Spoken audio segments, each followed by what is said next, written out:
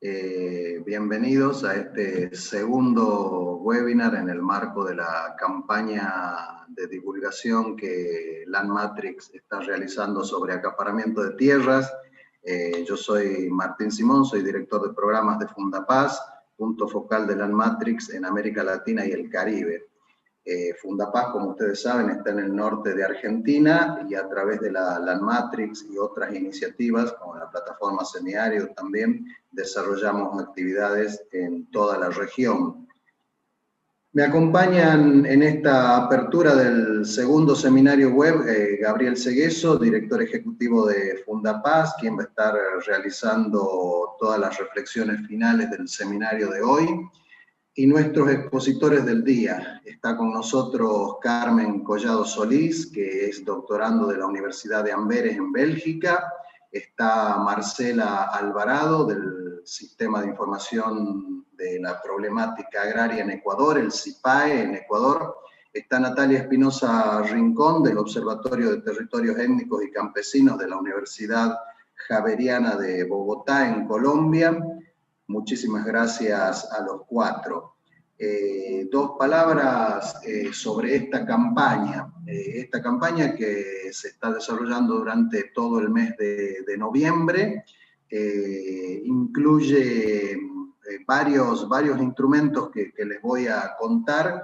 Está organizada, en primer término vamos a hablar de quién la organiza, por Landmatrix, por supuesto, la iniciativa Tierra y ODS, la plataforma Semiárido y la ILC en América Latina.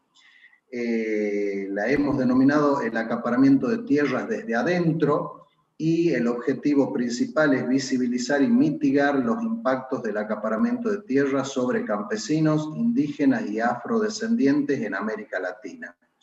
Les decía que cuenta con varios instrumentos. Ustedes pueden ver durante todo el mes de noviembre, a las 10 de la mañana, a las 10 de la mañana, a las 13 horas y a las 16 horas de Argentina, distintos videos, infografías, mensajes gráficos que van saliendo cada día del mes de noviembre con todo lo que se ha ido recolectando de las investigaciones y de la base de datos de la Landmatrix. Además, estos 3 seminarios web, hoy es el segundo, el primero fue el 13 de noviembre, y un dossier que el 30 de noviembre será el último seminario web, y al mismo tiempo el lanzamiento de un dossier con los trabajos de investigación de varios de los investigadores de la Landmatrix en distintas universidades en toda la región. De todos esos instrumentos cuenta esta campaña con la que estamos trabajando en este momento. Simplemente agradecer a todos los que nos están ayudando en esto, al equipo de la Landmatrix, que está compuesto por gente del Observatorio Nacional Argentina y gente del Punto Focal Técnico, Andrea Suárez de INENCO, coordinadora técnica del Punto Focal de la Landmatrix, Paola Marossi, responsable del área SIC y de mapeo participativo de Fundapaz. Andrea y Paola van a estar recibiendo todas las preguntas que ustedes quieran realizar a los expositores de hoy. Sol Morén es técnico del Observatorio Nacional Argentino de la Landmatrix y estará revisando lo que llegue por Facebook y por YouTube, en donde también estamos transmitiendo todo este evento. Gabriel Segueso, que va a hacer, como digo, las palabras de cierre, y a quien le voy a dar ahora la palabra para que comente lo que pasó en el webinar del 13 de noviembre. También nos está ayudando. Él es director ejecutivo de Fundapaz, miembro de Fundapaz desde hace 25 años, punto focal de la plataforma Semiárido en América Latina y coordinador técnico para la región chaqueña del proyecto DACI, Semiárido Vivo, apoyado por FIDA. También quiero decir dos palabras sobre la tarea que han llevado adelante los comunicadores de la Landmatrix, Mauricio y Mariano, a quienes les agradezco mucho, y por supuesto a toda la red de colaboradores, que toda la información que se está difundiendo en el marco de esta campaña proviene de esta red de colaboradores que está integrada por INENCO en Argentina, Procasur en Chile, SIPAE en Ecuador, el Observatorio de Territorios Étnicos y Campesinos de la Universidad Javeriana en Colombia, Nitlapan en Nicaragua, la UOT en Honduras. A todos ellos muchísimas gracias. La UOT de la Universidad Autónoma de Honduras. Bueno, te doy la palabra entonces, Gabriel, para comentar un poco lo del webinar del 13 de noviembre y de ahí arrancamos con nuestra primera presentación. Bueno, gracias Martín. Hago totalmente extensiva, ¿no? Los agradecimientos que vos has mencionado no solamente a nuestras tres panelistas del día de hoy, sino a todo el equipo de Landmatrix de América Latina, con su red de colaboradores, comunicadores, ¿no? Y que ha preparado todo este mes de esta tarea, ¿no? Sobre la campaña. Y esta campaña, como ustedes saben, tiene a su vez diseñado 3 webinars, ¿no? Estamos hoy en el segundo webinar, y simplemente hacerle de 2 palabras para comentarles lo que fue la primera sesión de presentaciones de los investigadores relacionados a las grandes transacciones de tierra registradas en Landmatrix, que fue el viernes pasado, ¿no? El viernes pasado hubo 2 presentaciones, una que tenía que ver básicamente con los efectos ambientales de las grandes transacciones de tierra en la cuenca del río Ulúa, en Honduras. Esto fue una presentación que realizó José David Cáceres, que es el director del Observatorio Universitario de Ordenamiento Territorial de la Universidad Autónoma de Honduras, ¿no? Y que básicamente nos mostraba cómo había una pérdida de bosques que se viene dando en relación a las grandes transacciones de tierra y a su vez muy relacionado con las concesiones mineras, ¿no? Él analizó toda la situación de 10 casos que están registrados en Landmatrix y cómo afecta al fenómeno global de Honduras de deforestación, ¿no? Fue súper interesante, con una metodología que podría replicarse fácilmente en otras regiones.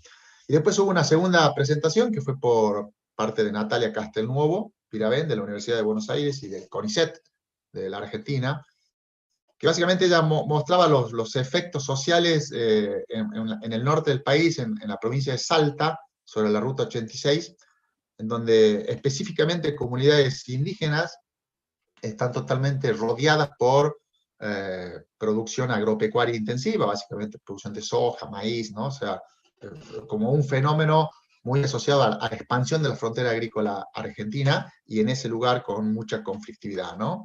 Entonces, cómo estas comunidades sufren ahí las presiones, ¿no? de esta expansión agrícola y los dejan sin tierras, los dejan sin bosque, los dejan sin acceso al agua, ¿no? Y cómo eso genera más pobreza y más desigualdad. Así que bueno, esa era un poco para no perder tanto tiempo en lo que ya pasó y que fue súper interesante y concentrarnos en lo que ahora las 3 presentaciones nos van a mostrar. Yo reitero los agradecimientos y dejo la palabra para que vayamos a las presentaciones de la primer panelista y continuemos con el webinar. Gracias. Bueno, muy bien. Entonces vamos a comenzar con nuestra primera presentación. Les voy a presentar a Carmen Collado Solís. ¿Se escucha lo que estoy diciendo? Perfecto. Bien. Carmen Collado Solís es arquitecta de la Universidad Centroamericana de Nicaragua. Ha sido parte del programa de cooperación USOS entre la Universidad de Amberes de Bélgica y la Universidad Centroamericana para la formación de jóvenes investigadores.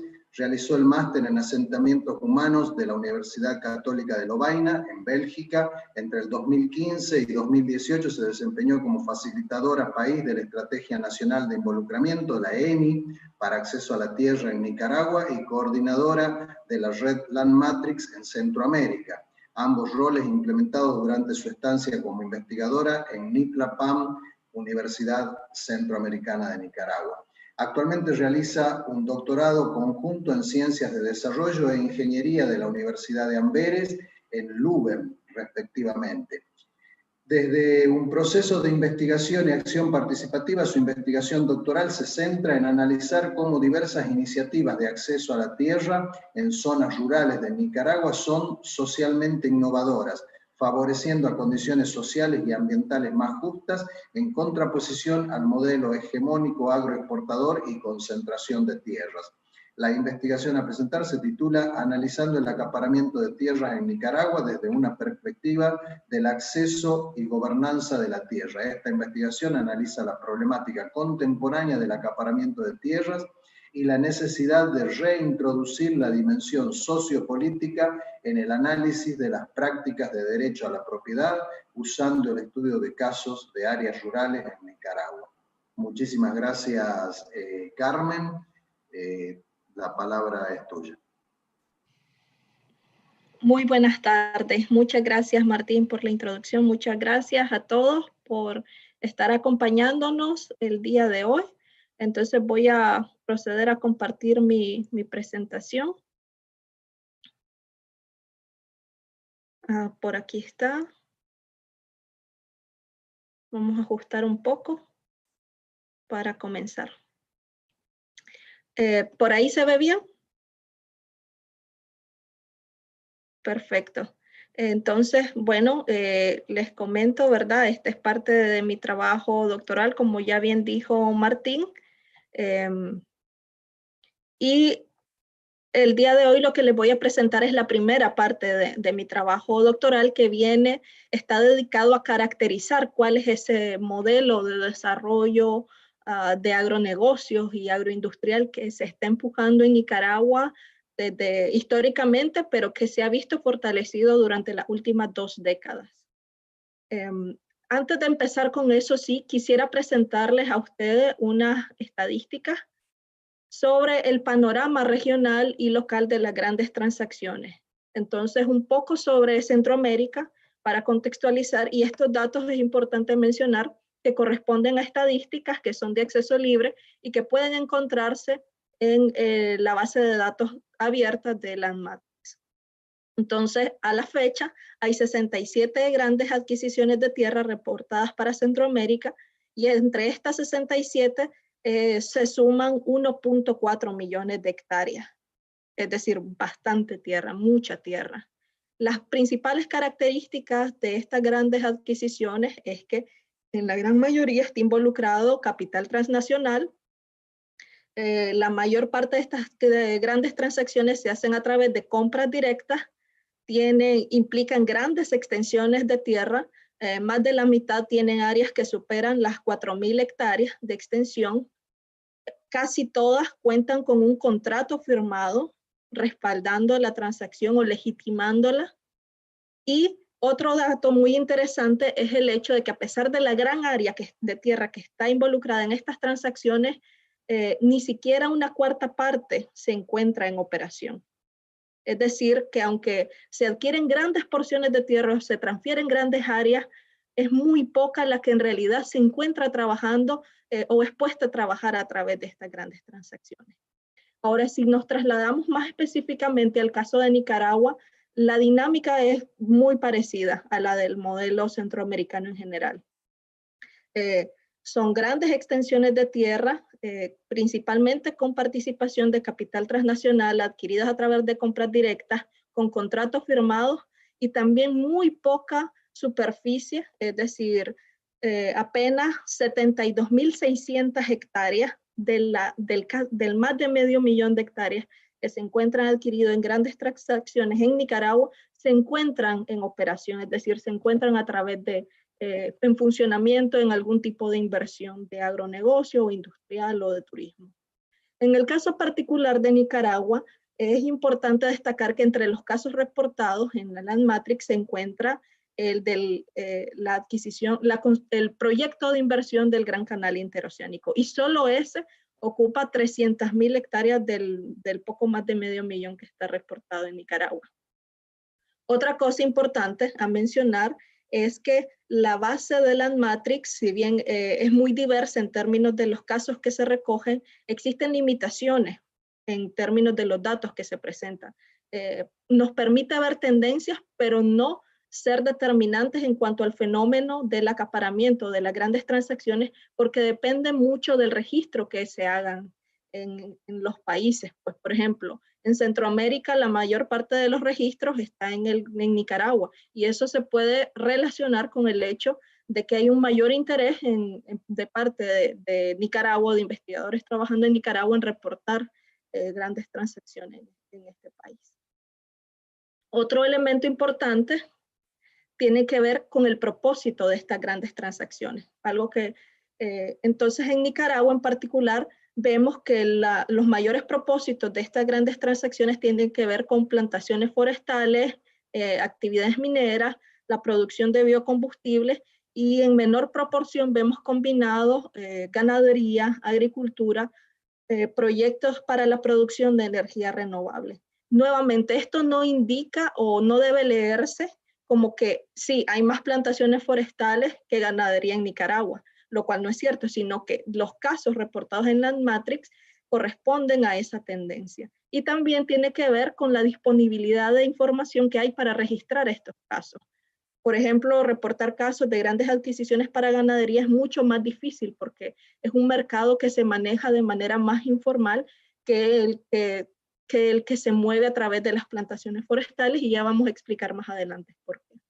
Lo importante aquí es decir que las características que vemos en las grandes transacciones de Centroamérica y de Nicaragua muestran que estas grandes transacciones en su mayoría responden al discurso del sistema capitalista de múltiples crisis.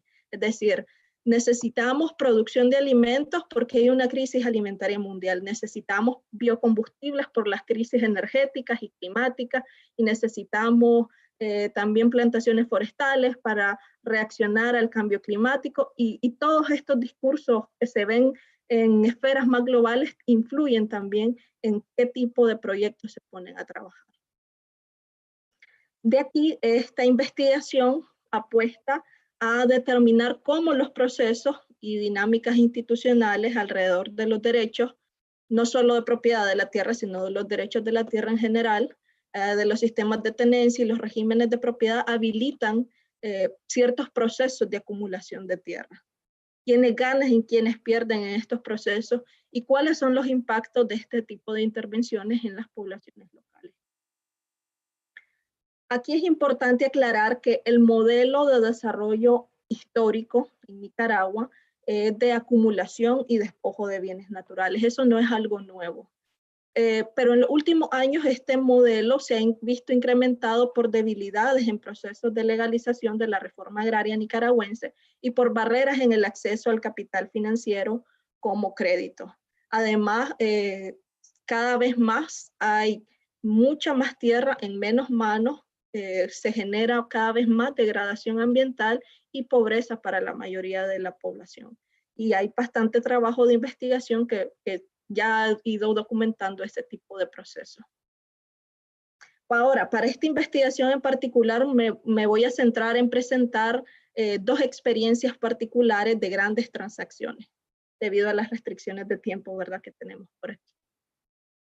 Entonces, vamos a presentar específicamente las experiencias de intervención de las plantaciones forestales y de palma africana. ¿Por qué? Porque son los casos que están mejor documentados debido a la información que se encuentra accesible en línea o a través de reportes de agencias internacionales o de auditorías ambientales. Como ustedes ya supondrán, uno no puede llegar a las oficinas de estas grandes empresas y simplemente ir a cuestionarles y a pedirles que presenten su información. Entonces, mucho del trabajo que se hace alrededor de investigar estas grandes transacciones o se hace en campo con las poblaciones locales o se hace con investigación de escritores. Entonces, lo que encontramos es que hay diversos mecanismos empleados para legitimar y operativizar estas transacciones. Entre ellos se encuentra, ¿verdad?, el más obvio, las alianzas económicas entre capital nacional y extranjero, quienes conforman empresas subsidiarias para operar y llevar a cabo este tipo de inversiones, estas grandes compras e inversiones luego de industria, de producción de biocombustibles. En la foto tienen ahí una de las industrias de palma africana que se encuentran en el Caribe sur de Nicaragua. Hay discursos también de greenwashing o de lavado verde, se traduciría literalmente. Entonces, donde se presentan a estos rubros o a estos cultivos como oro verde, polos de desarrollo, fuentes de crecimiento, y esos discursos los vemos de parte de quienes hacen las inversiones y también de parte de los gobiernos. Otro recurso es que también se ha documentado, hay mucha facilitación cada vez mayor de trámites fiscales y jurídicos con el argumento de atraer la inversión extranjera. Nuevamente, estos no son procesos nuevos ya tienen décadas ocurriendo, desde los procesos de neoliberalización de los 90, en el caso particular de Nicaragua, pero que cada vez más se ven incrementados. En el caso particular nicaragüense, por ejemplo, en la última década se conformó una agencia, la cual es liderada por uno de los hijos del presidente, para específicamente atraer la inversión extranjera, que se llama PRONIC. También vemos que cada vez más hay mayor inversión y prioridad hacia la inversión en infraestructura vial y de telecomunicaciones. Entonces, un investigador colega ha hecho un trabajo muy bueno en correlacionar, en vincular el aumento de estas inversiones con que cada vez tienen más facilidades para establecerse. Claro, no es solamente el mercado de tierras el que se ve cada vez más activo, sino que hay medios, formas de comunicar estas inversiones que las facilitan que se realicen estas compras. También otro elemento importante es el respaldo que reciben del marco legal vigente. Ahí tienen, por ejemplo, un fragmento de una de los informes de auditoría ambiental de una de estas empresas, donde los auditores argumentan que todas las propiedades cuentan con título de propiedad y planos topográficos legalmente inscritos. Y esto es muy interesante porque en Nicaragua solo el 20% del territorio nacional se encuentra oficialmente catastrado. Entonces, el hecho de contar con un título de derechos reales es prácticamente imposible. Eso se reduce principalmente a los cascos urbanos o a las zonas más aledañas a las partes urbanas del Pacífico nicaragüense. Entonces, que estas grandes transacciones se hagan a través de este documento con legitimidad legal, con legalidad, mejor dicho, quiere decir que se apoyan de instrumentos y de otras colaboraciones que tienen con entidades gubernamentales y locales. Otro argumento u otro mecanismo son los que facilitan las agencias internacionales también a través de sus narrativas. Por ejemplo, muchos se presentan a sí mismos, los inversionistas de estas grandes transacciones, como que hacen inversiones responsables, y también se presentan como que son ellos quienes se autorregulan a través de las auditorías que hacen ante agencias internacionales como el FSC, o que dicen que siguen las guías de voluntarias de FAO, pero ¿quién mide eso, verdad? No existe ningún tipo de seguimiento ni de control sobre el alcance del cumplimiento de esas guías voluntarias de parte de estas grandes transacciones, más allá de lo que ellos afirman, ¿verdad? Por ejemplo, aquí tenemos un extracto donde ellos afirman que se ubicaron el establecimiento de las plantaciones de esta variedad de bambú ocurrió en un sitio de recesión agropecuaria y que está generando un impacto positivo y reactivación de la economía local. Eso también tiene que ver con la validación que reciben de autoridades locales en lo que refiere a la generación de empleo. Otro elemento importante que encontramos es que generalmente se argumenta que estas plantaciones forestales, por ejemplo, en particular, se encuentran en territorios que ya han sido degradados. Entonces se dice, no estamos destruyendo el medio ambiente, nos estamos estableciendo en zonas que ya han sido degradadas por el avance de la frontera agrícola nicaragüense. Y ese es principalmente el tipo de discurso que utilizan estos actores para legitimarse en el territorio y ante el público en general. Sin embargo, ¿qué es lo que pasa? Hay otros trabajos de investigación, además del que estoy haciendo actualmente, que ya se han enfocado en documentar los impactos que tienen este tipo de transacciones. Y, por ejemplo, una de las cosas que se ha encontrado es que las compras... ¿Sí? 3 minutos. Ok. Las cosas que encontramos es que estas compras no ocurren siempre de forma transparente. Es decir, se usan intermediarios locales, se utiliza la coacción, se ponen presiones, se crea especulación sobre los mercados locales para insistir y motivar que las poblaciones locales vendan.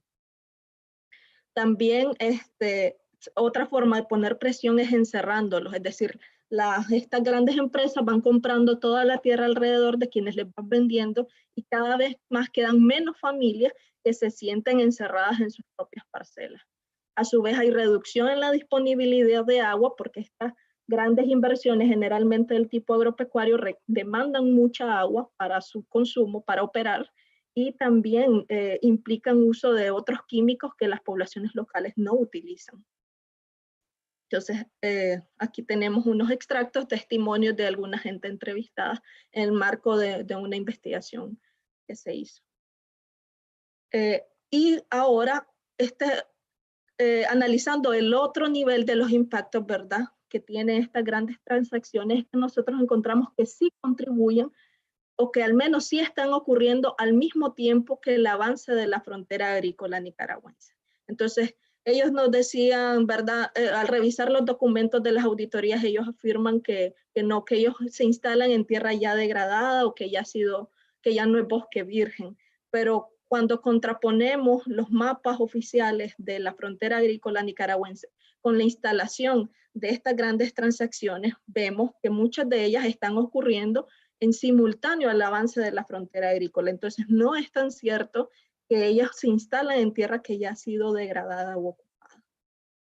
Y que eso además viene a sumar al fenómeno de presiones de la tierra que ya existe en el resto de Nicaragua por muchos de los otros rubros que son importantes para la actividad agropecuaria del país. Ya para concluir, voy a resumir que es muy importante tomar en cuenta, ¿verdad?, las relaciones de poder y luchas sociales que se generan al nivel local, pues juegan un rol clave en el reconocimiento de los derechos de la tierra. Hay un marco regulatorio de proinversión que viene a facilitar la expansión de las grandes adquisiciones de tierra y que generalmente lo que encontramos son que las poblaciones locales terminan del lado perdedor en estas múltiples negociaciones sobre el uso y control de la tierra.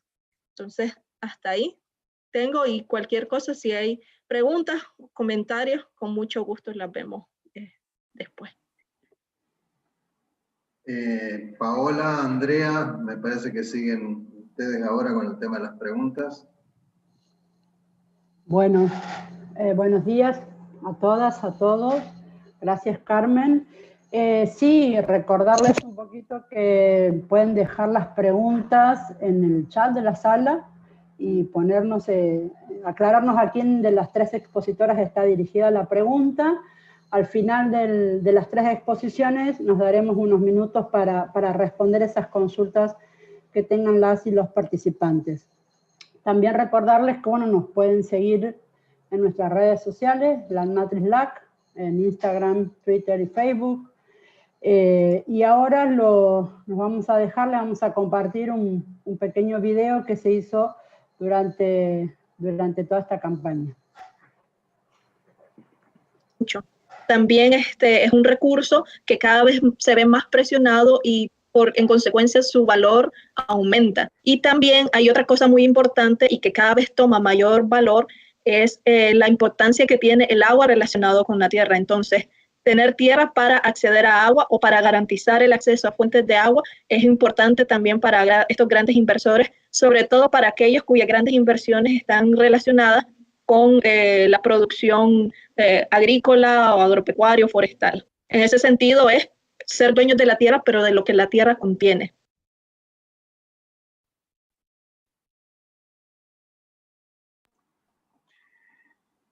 Bueno, muchísimas gracias, Carmen, por tu presentación y por todo el trabajo que has realizado para Landmatrix en el momento en que estuviste trabajando allá en Nicaragua. Me toca ahora presentar a Marcela Alvarado del CIPAE.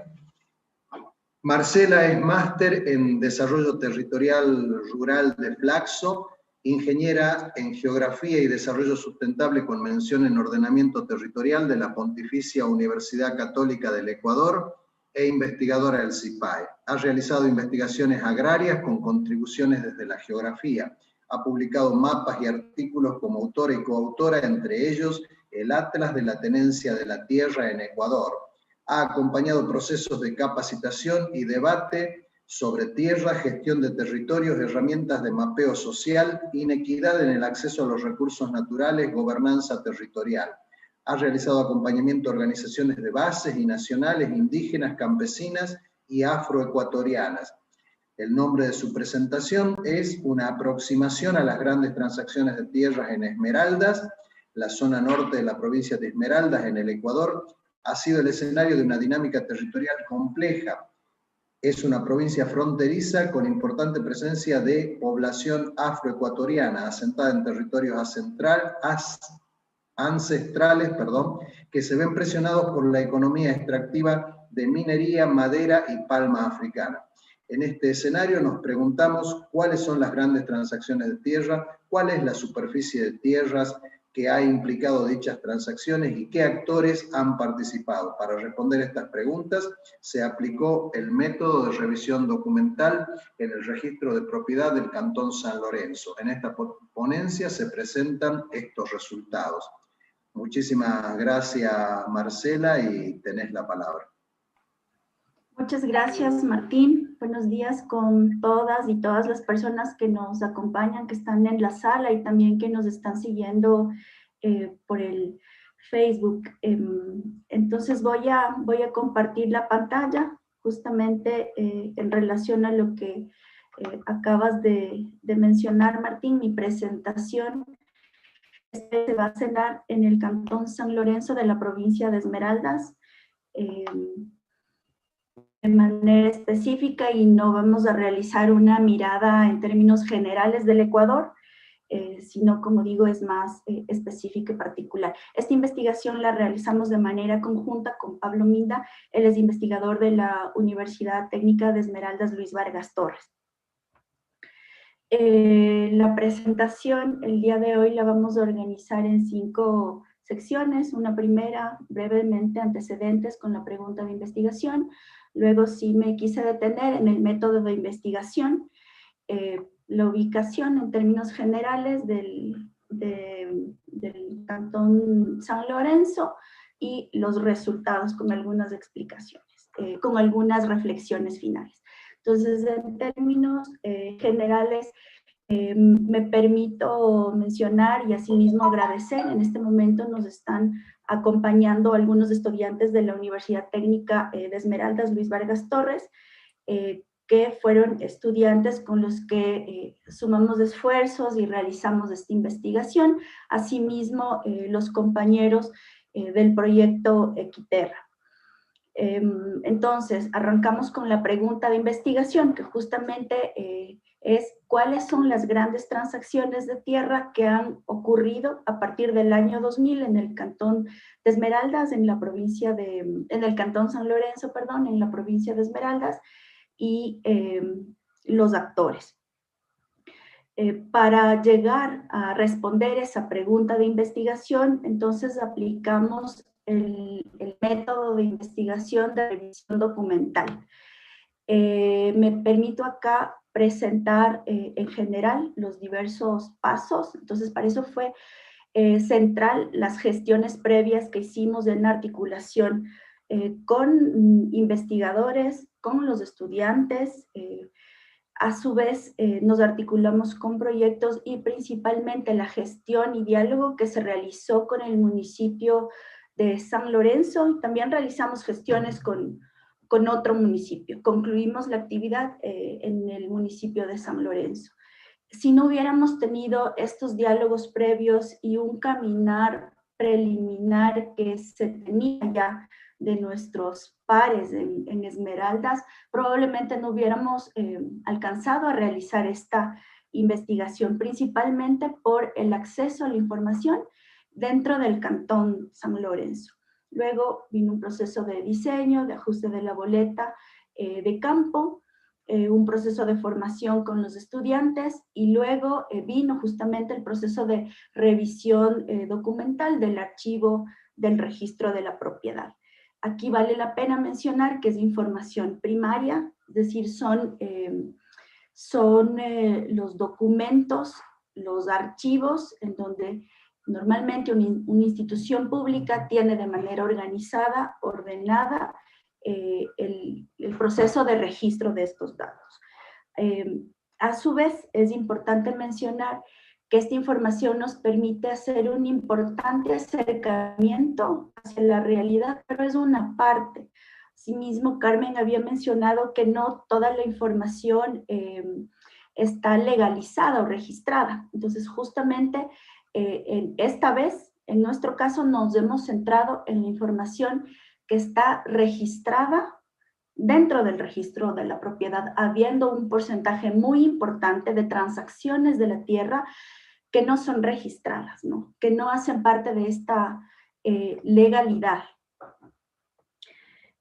Tuvimos diálogos justamente con los custodios de la información y entonces tuvimos acceso a los libros desde el 1 de enero del año 2000 hasta el 20 de diciembre del año 2019. Entonces tuvimos una mirada en términos de tiempo importante y nos permite tener una mirada contextual. Luego el proceso de sistematización, el ajuste de la base de datos y el procesamiento de información. Entonces acá les presento una foto en donde estamos con algunos de los estudiantes con los libros del registro de la propiedad y aquí una foto de una de las actas inscritas, ¿no? También es importante mencionar que esta información es de uso restringido. Entonces, no es posible, yo aquí he colocado, ¿no es cierto?, una bandita para que no se pudiera ver el nombre, porque efectivamente es información muy sensible. Este caso de esta transacción se realiza por 247 hectáreas. Es un proceso de adjudicación de tierras del 20 de diciembre del año 2006. Entonces, es un ejemplo de lo que nosotros, de la acción que nosotros realizamos. De manera breve, entonces, acá en Sudamérica, en la ubicación del Ecuador y dentro del Ecuador, entonces, la provincia de Esmeraldas está hacia la costa del Ecuador y San Lorenzo en particular es un cantón que limita con nuestro hermano país colombiano. A partir del año 1990 se tiene presencia importante de palma aceitera que junto con actividades mineras y madereras han dado lugar a un proceso de concentración de la tierra.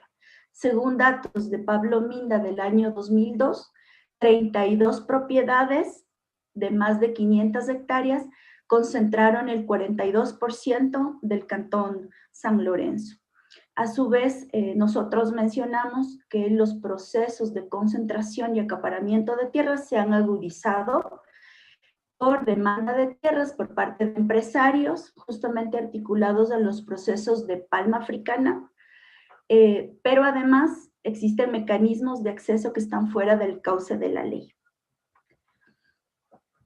En la provincia de Esmeraldas, los principales vehículos del proceso de deforestación son las actividades extractivas y acompañando el proceso de avance de la frontera agrícola.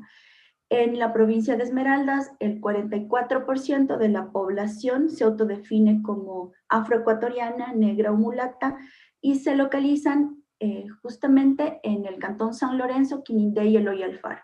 Nuestro cantón de estudio es San Lorenzo. En este cantón y en Eloy Alfaro se ubica la totalidad de las tierras ancestrales. Entonces, del total de tierras ancestrales de la provincia de Esmeraldas, el 36% corresponde a la nacionalidad chachi, el 12.6% a la nacionalidad agua, el 0.1% a la nacionalidad epe y el 50% a la población afroesmeraldeña. De manera más específica para compartir con ustedes los resultados. Entonces nosotros hicimos una lectura, una revisión de 8,442 actas que estuvieron registradas en los libros de adjudicaciones y de compra-venta de tierras. De esta revisión de 8.442 actas, el 17% son procesos de adjudicación de tierras y el 82% son por compra-venta. Ahí me permito decir que por favor miremos esta gráfica. Entonces, la línea ascendente son las transacciones en número que cada año fueron registradas y se trata de las de compra-venta.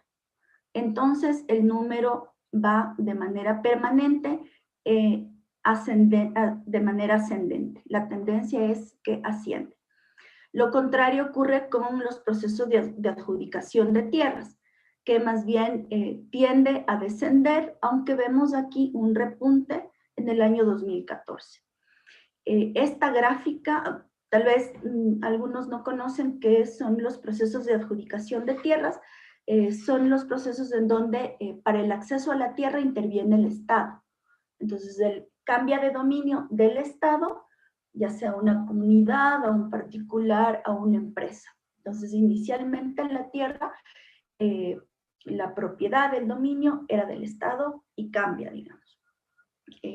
Por lo tanto, nos permite entrar en un debate que está articulado a los mecanismos de acceso a la tierra, ya sea vía mercado o no, o qué otra alternativa hay. Entonces, en este caso, estos datos reflejan que el acceso a la tierra vía mercado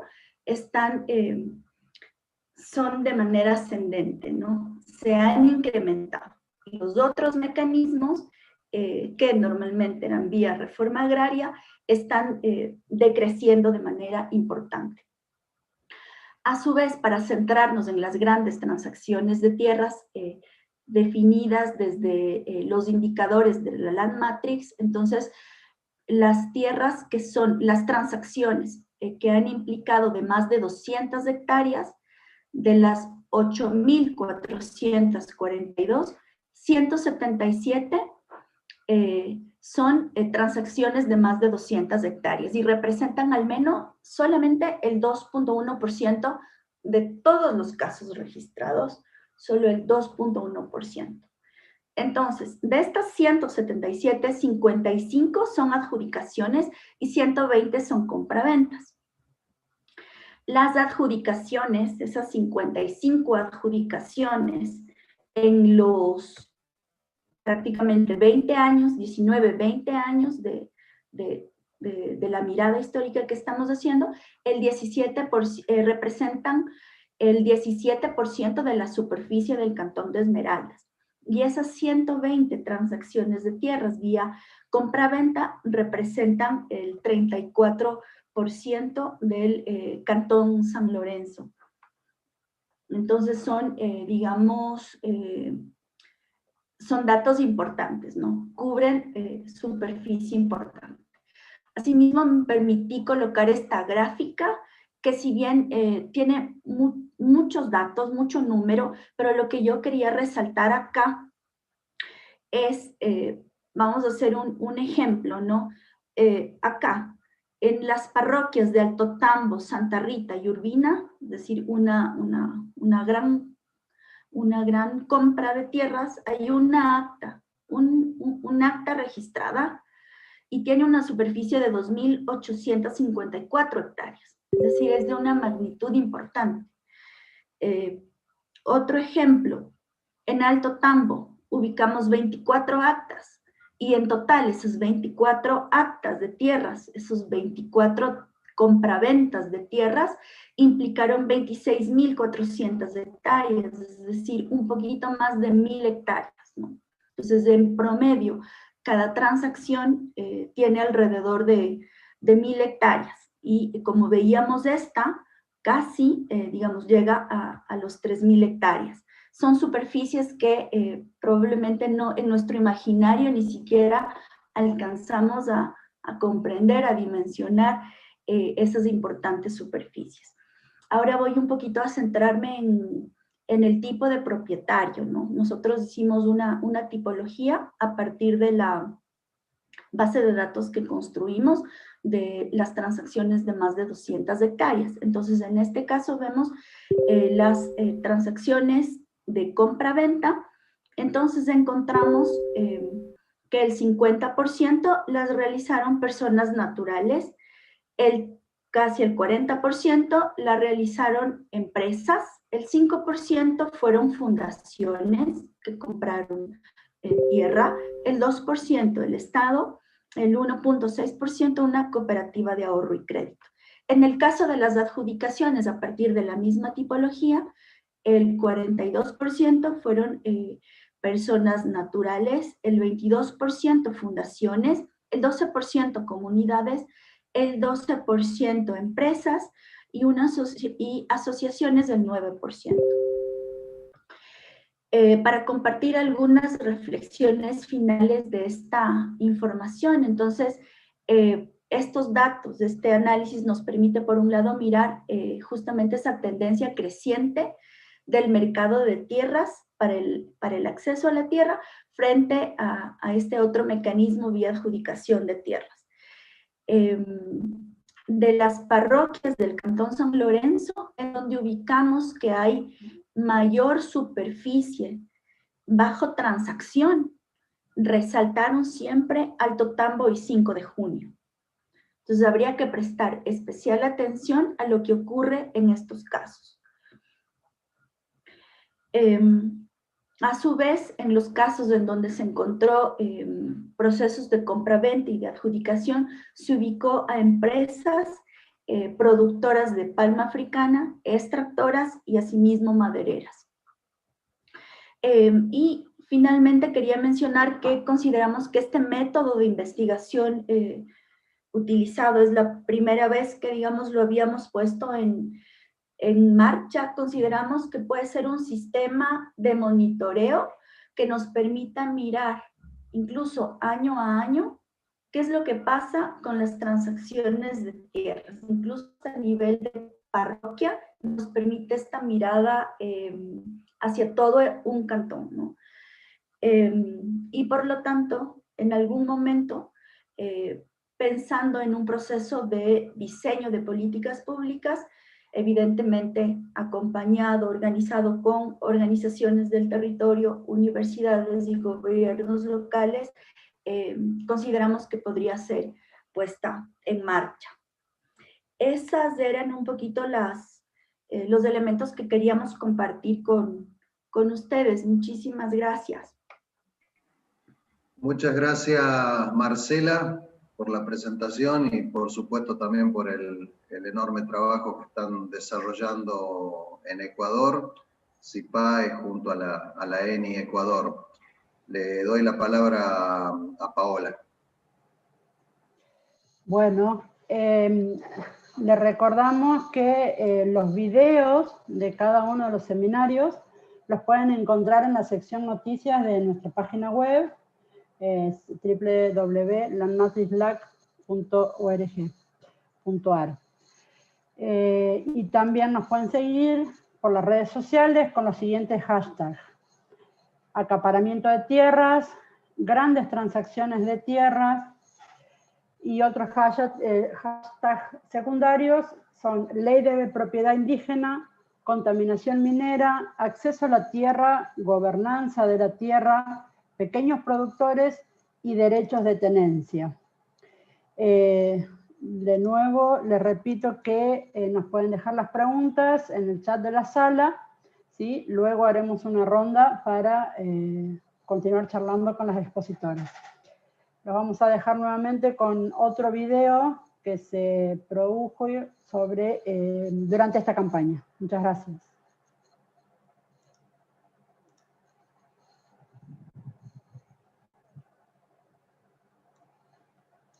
La investigación podría aportar justamente a que pongamos en valor, pongamos en relieve el cuidado de la vida, porque esta investigación nos permite ubicar cuáles son esos impactos sociales y ambientales, y a partir de ahí justamente identificar mecanismos, argumentos para frenar este tipo de acciones desde un modelo económico capitalista que está centrado justamente en la ganancia y no en el cuidado de las personas y de la vida en general.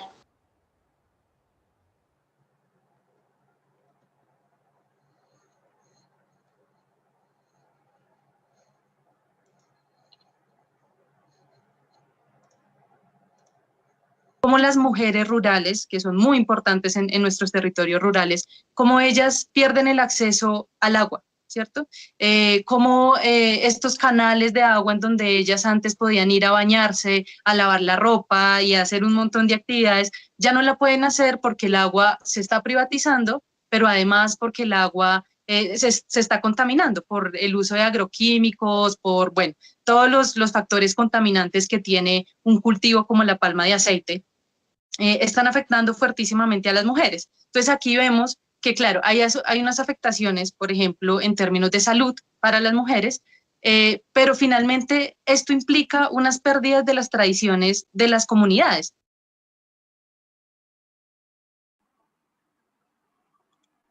Muchísimas gracias, Mariano. Ahí veíamos también el video de Natalia Espinosa Rincón, a quien me toca presentar ahora para dar continuidad al seminario. Natalia es historiadora, magíster en desarrollo rural y estudiante de doctorado en estudios ambientales y rurales de la Universidad Javeriana de Bogotá, en Colombia, becaria del programa doctoral del Observatorio Landmatrix, investigadora del Observatorio de Territorios Étnicos y Campesinos y del Grupo de Investigación Conflictos, Región y Sociedades Rurales de la misma universidad. Con experiencia en investigación sobre movimientos y resistencias campesinas, autonomías y territorios rurales, acaparamiento y concentración de tierras, y su tesis doctoral está enfocada en las transformaciones territoriales en la región de Montes de María, en torno a los procesos de acaparamiento territorial y resistencias campesinas. El título de lo que nos va a presentar es Procesos de acaparamiento de tierras en Montes de María, la palma de aceite entre la tierra y el agua. En esta presentación se analiza la dinámica reciente del acaparamiento de tierra en Montes de María, Caribe colombiano, a partir de la expansión de la agricultura por contrato bajo el modelo de las alianzas productivas para la agroindustria de palma aceitera. Muchísimas gracias, Natalia. Podés comenzar. Gracias, bueno, buenos días a todos y a todas. Gracias, Martín, por la presentación.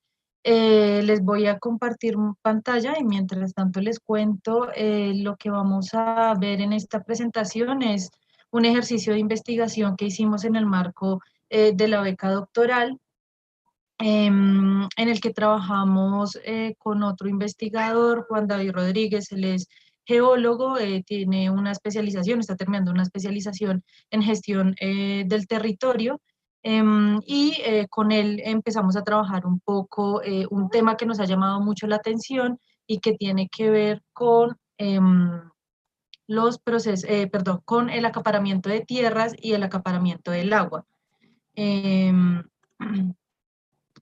Ahí ya están viendo la presentación, ¿cierto?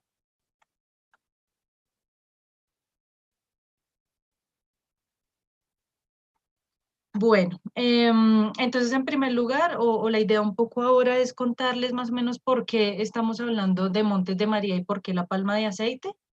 Y luego pues ya entraremos a detallar un poco como el caso en concreto.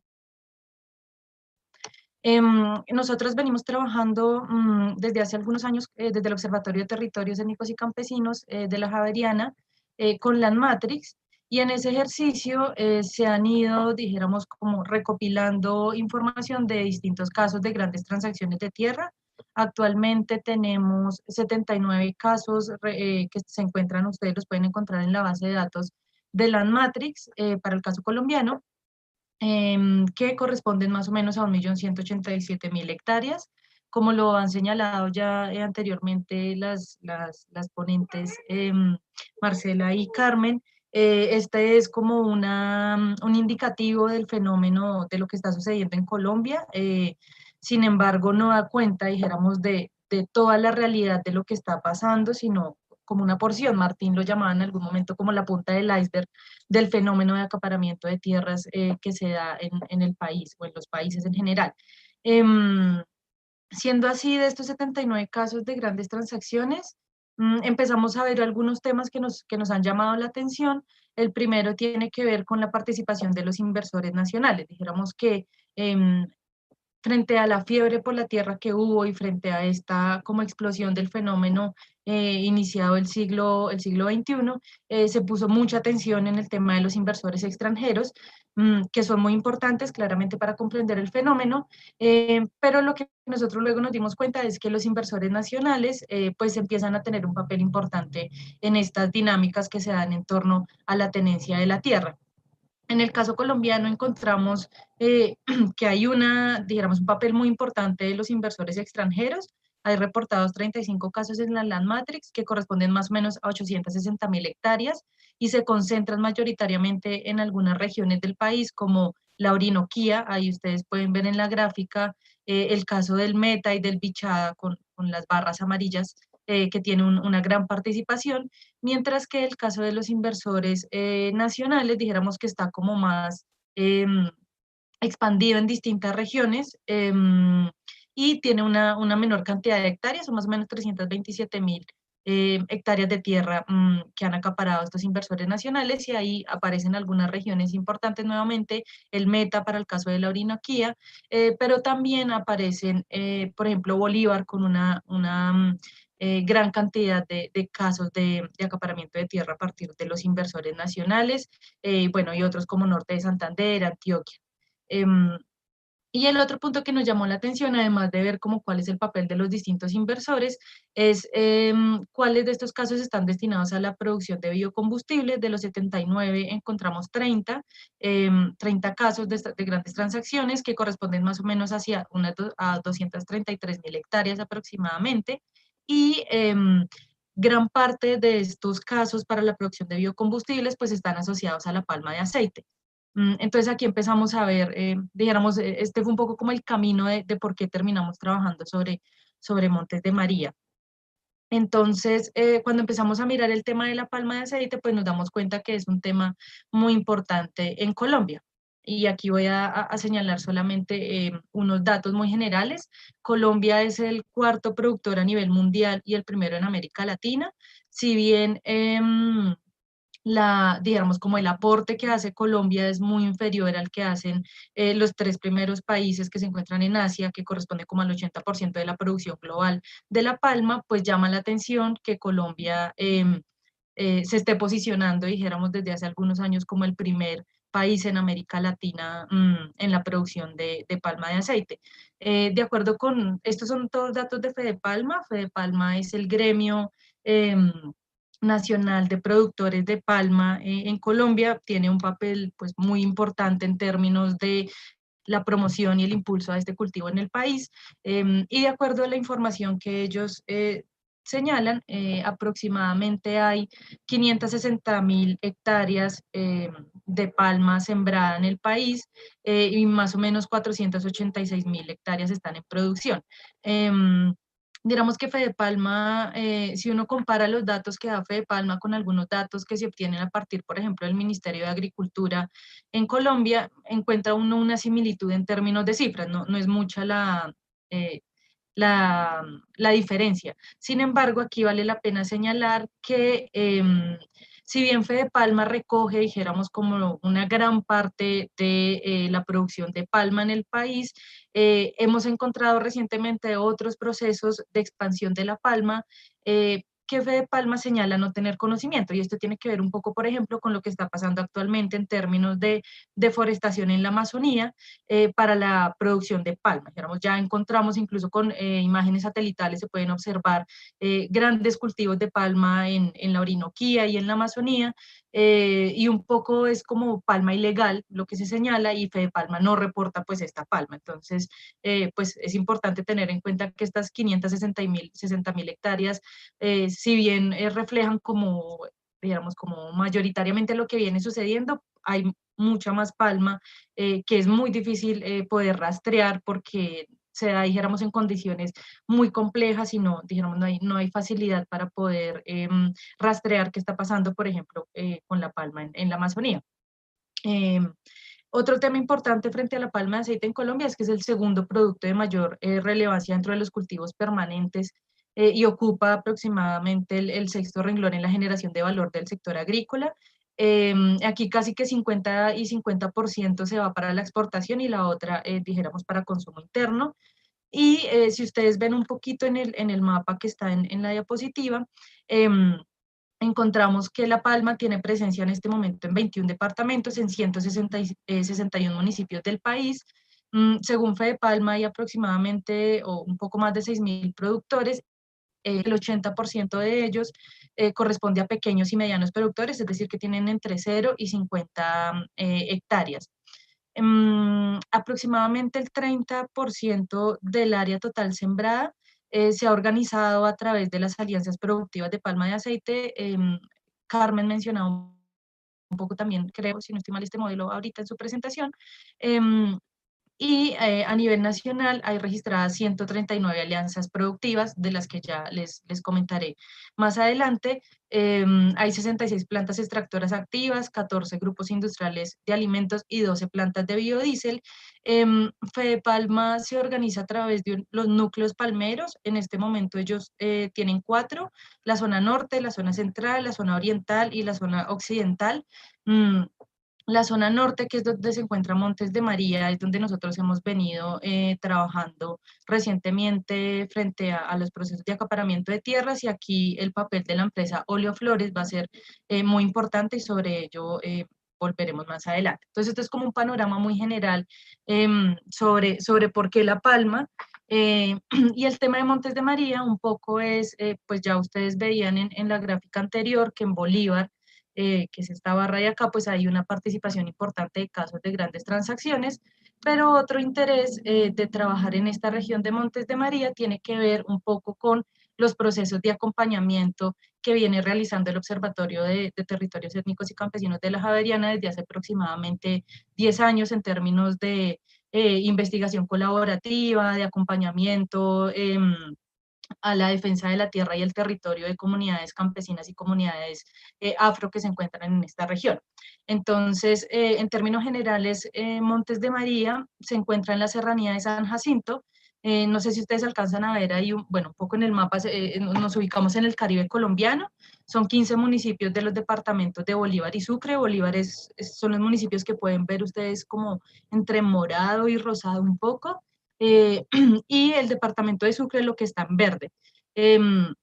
Son 7, 8 municipios en Bolívar, dependiendo un poco de cómo se delimite, dijéramos, el departamento de Bolívar señala que son 8, pero hay otras entidades que señalan que son 7, pero en general, dijéramos, como podemos mencionar que son 15, 8 en Bolívar y 7 en Sucre. Nosotros hemos trabajado mayoritariamente en la parte del departamento de Bolívar, sobre todo en municipios como María la Baja, porque es la zona plana. No sé si ustedes alcanzan a ver un poco el relieve, pero María la Baja se encuentra como en la parte plana de la serranía, y dijéramos que tiene suelos mucho más aptos para la producción de palma.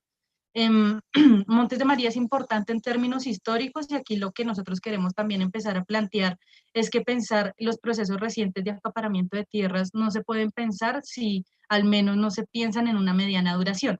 Y aquí empezamos a ver la relación con el tema del agua, ya les explico por qué.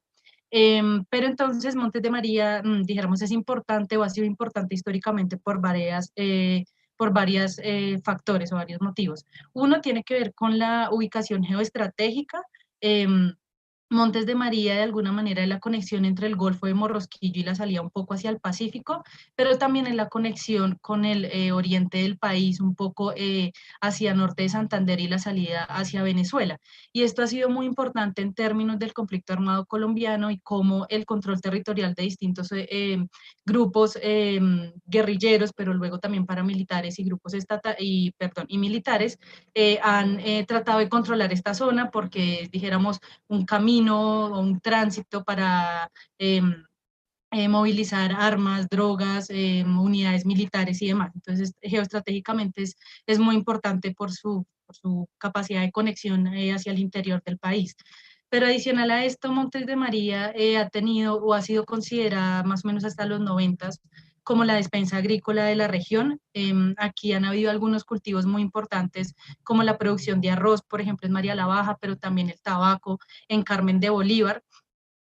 Además de otros cultivos de pancoger pues, que se dan en los distintos municipios, y ha sido una región reconocida históricamente por los procesos étnicos y campesinos organizativos y de movilización que llevaron a que en los años 60, en el marco de la Ley 135 de 1961 sobre reforma agraria, se hicieran, dijéramos, grandes adjudicaciones de tierras, sobre todo a campesinos y campesinas, que venían incluso de otras regiones del país, por parte del Instituto Nacional de Reforma Agraria, en ese momento INCORA, que luego pasó a llamarse INCODER y ahora es la Agencia Nacional de Tierras.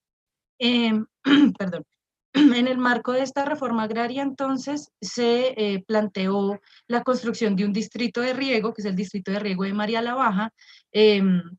Aquí en el mapa ustedes pueden ver un poco como en morado negro, tal vez está como en la delimitación del municipio, y pues en azul encuentran ustedes las distintas ciénagas que tiene este distrito de riego, más los distintos canales. Los canales que se ven en azul más delgado, dijéramos, son como los canales secundarios, y el principal es el que ustedes encuentran como hacia el margen derecho de la imagen o del mapa, pues es el canal principal. Este distrito de riego se construyó un poco con la intención de adecuar más o menos 25.000 hectáreas de tierra para el drenaje, control y aprovechamiento de las aguas lluvias y de los arroyos que vienen de la alta montaña de la serranía de San Jacinto, que permitieran incrementar la producción de arroz y la ganadería para los campesinos y campesinas que habían sido sujetos de reforma agraria. Este tema va a ser muy importante y va a ser determinante en la comprensión de por qué la palma de aceite ha tenido una expansión tan rápida y tan amplia en la región de Montes de María y principalmente en el municipio de María la Baja.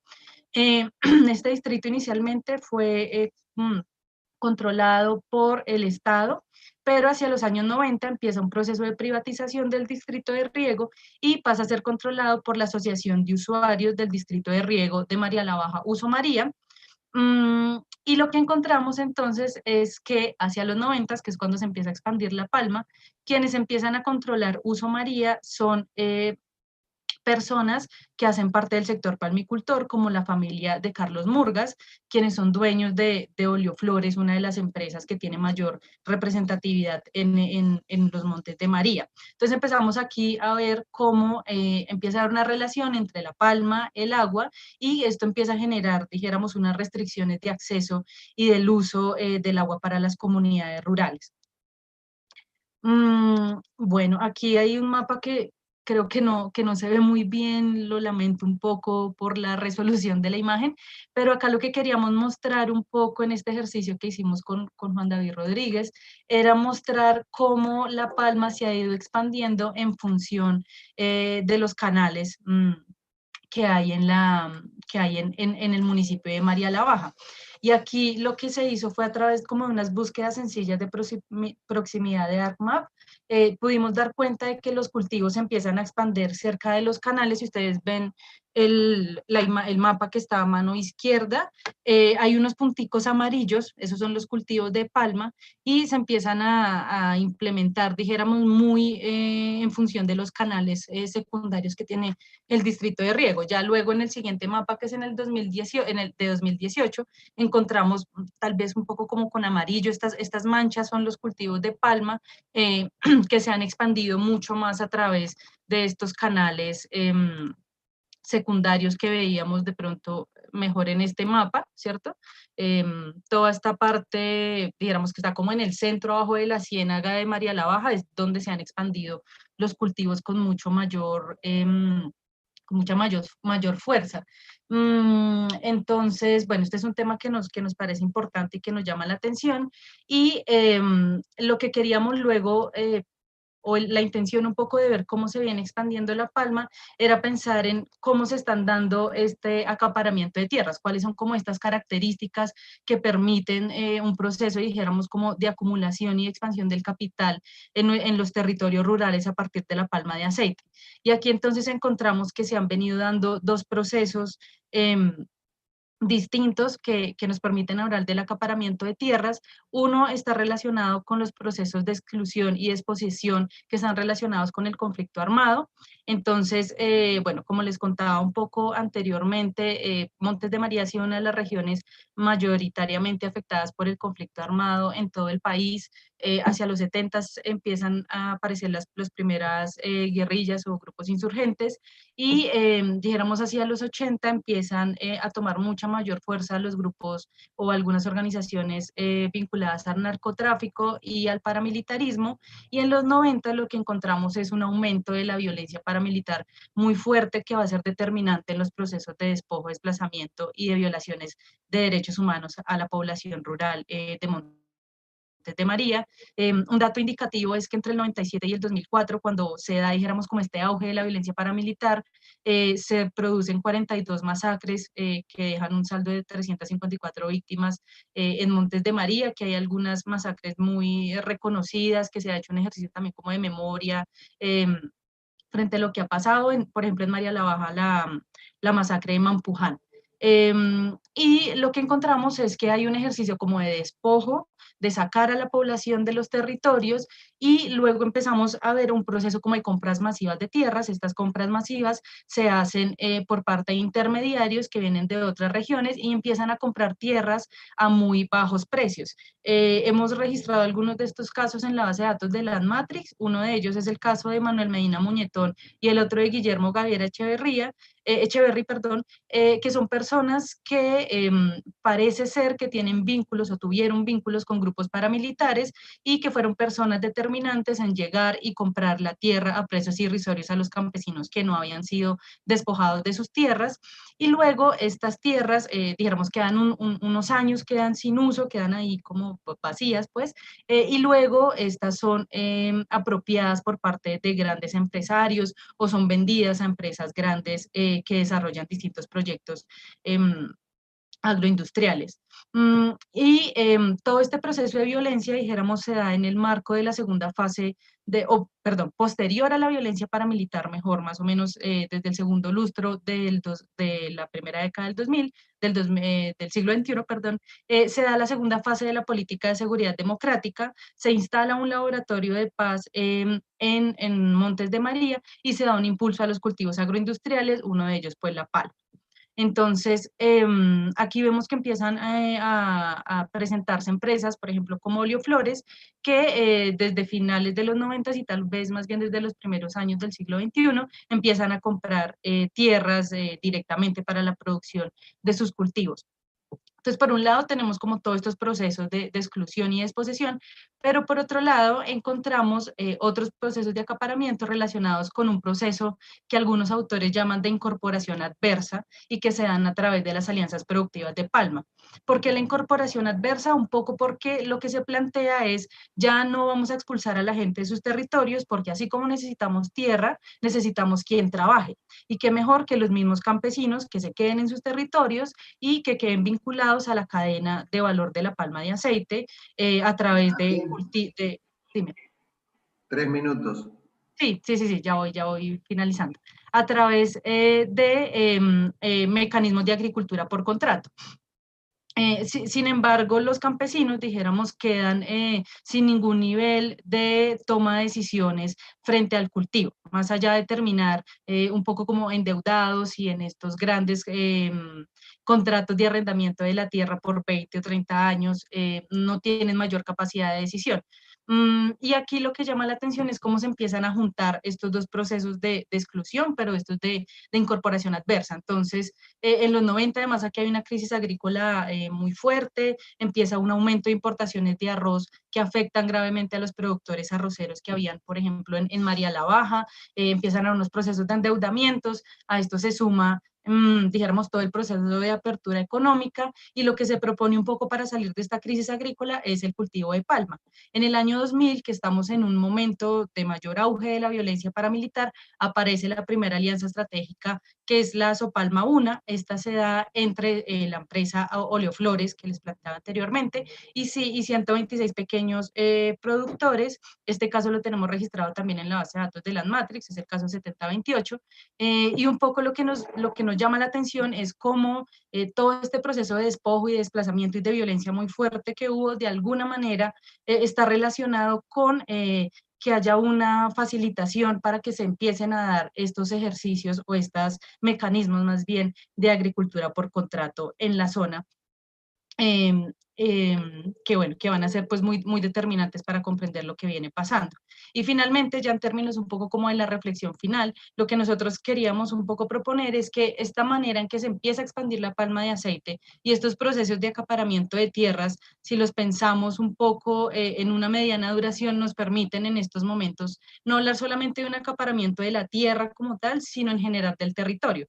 ¿Y por qué esto lo planteamos? Porque si bien encontramos, dijéramos, unos actores o unos mecanismos de quienes participan directamente en las transacciones de tierra, por ejemplo, Oleoflores, pero todos estos mecanismos de agricultura por contrato, lo que empezamos a ver es que hay otras dimensiones como socioespaciales en relación a cómo se apropia, se usa y se ocupa la tierra, que empiezan a afectar todo el territorio. Entonces encontramos que hay una pérdida o un deterioro, por ejemplo, en los medios productivos asociados a la economía campesina, como les señalaba el tema de los cultivos de pan coger, por ejemplo.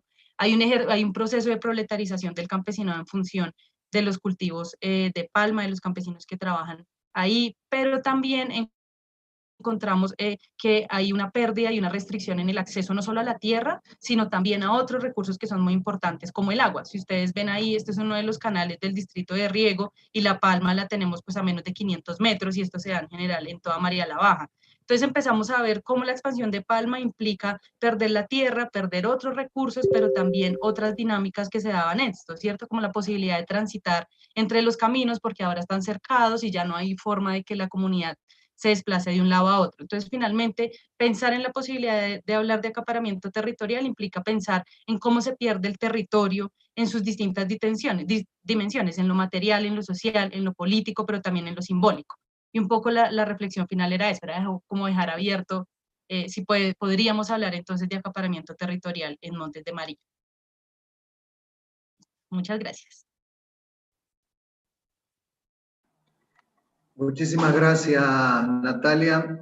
Seguramente a través de las preguntas habrá posibilidad de seguir profundizando en lo que pasa en Montes de María.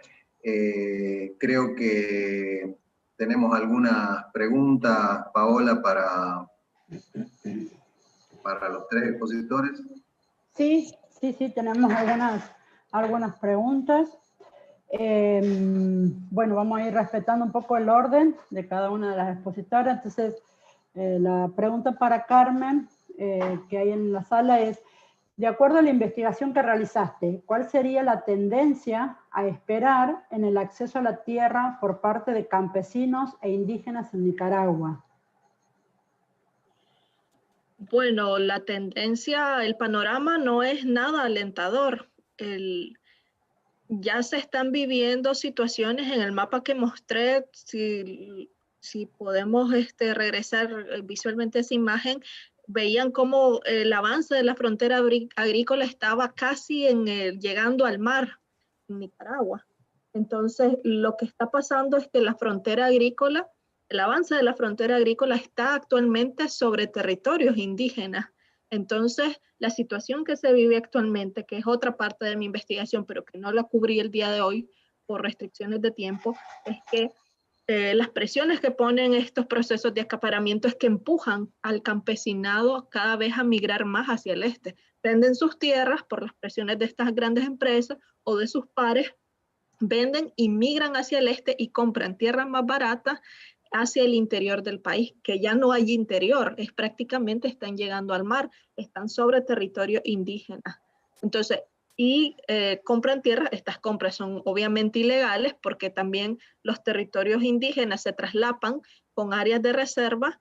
Entonces, son situaciones muy preocupantes porque implican una aceleración aún mayor de la deforestación, sobre todo de bosque primario y también de conflictos, porque ya se han dado desde 2015, bueno, desde hace muchos años, pero en 2015 empezó el auge de la violencia de enfrentamientos de colonias, de colonos atacando comunidades indígenas, secuestrándolos, destruyendo, quemando sus comunidades a costa de hacerse dueños de esas tierras. Entonces, ese es el panorama, y el panorama solo apunta a empeorar y a que vamos a quedarnos de aquí a unos años sin bosque primario. Bien, muchas gracias, Carmen. Bueno, otra pregunta para Carmen es, ¿cuál es el rol que está cumpliendo el Estado Nacional en estos procesos de acaparamiento? ¿Los favorecen o los dificultan? Definitivamente los han favorecido. Históricamente, el Estado nicaragüense en general, de toda la historia de todos nuestros gobiernos, ha funcionado como un facilitador de este tipo de transacciones, incluso han sido parte, pero en la última década, sobre todo con el gobierno vigente, esa facilitación ha llegado a un nuevo nivel. Hay una alianza entre con este régimen que se ha roto actualmente por la situación de crisis sociopolítica que se vive en Nicaragua, pero el panorama hasta hace poco eran reuniones a puerta cerrada entre el gobierno de la República, entre el Poder Ejecutivo específicamente, y el sector, la Cámara Empresarial nicaragüense. Entonces, eso era lo que se estaban dando. Ellos estaban recetándose las leyes que necesitaban para tener sus negocios funcionando con casi ningún tipo de impuesto o fiscalización, y teniendo como accionistas incluso a representantes del gobierno o familiares de gente en el gobierno. Entonces, en los últimos años ha habido un proceso de corrupción y de generalización de la participación del Estado que llega a niveles descarados, por decirlo muy llanamente.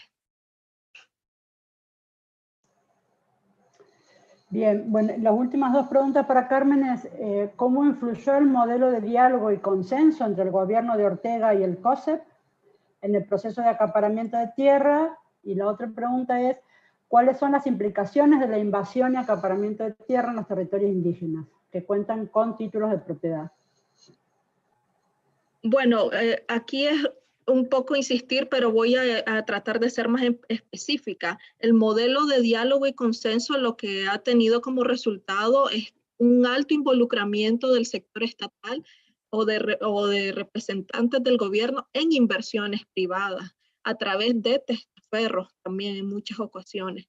Entonces, lo que tenemos es que ese diálogo ha llevado que representantes del gobierno y la familia gubernamental, sobre todo, la cúpula gubernamental, esté involucrada en estas grandes transacciones, o ejecutivos, representantes del Poder Ejecutivo. Y también ha implicado que el crecimiento, la expansión de las inversiones a gran escala, no solo a términos de la tierra, sino en el sector turismo, construcción, que han venido creciendo en Nicaragua en la última década, hayan crecido mucho hasta 2018, pero un crecimiento que no es sostenible porque está construido sobre la base del uso irracional y la extracción de recursos, y sobre las muchas subvenciones de las que son objetos estas empresas por ser favorecidas por este modelo de consenso.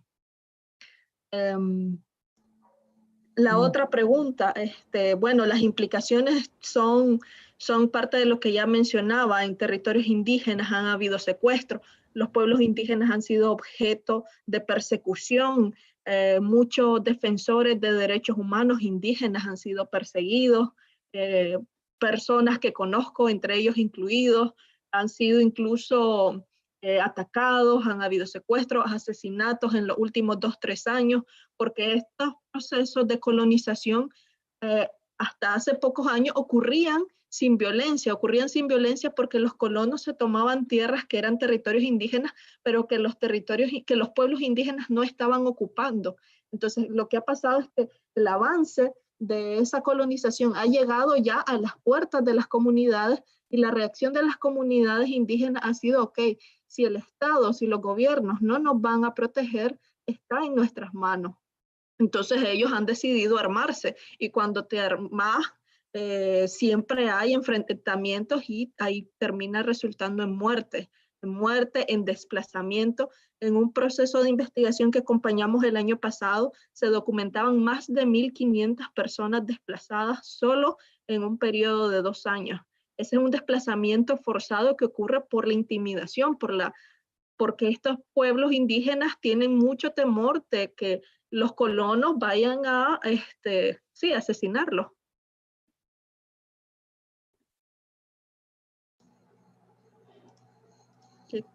Bien, muchas gracias, Carmen.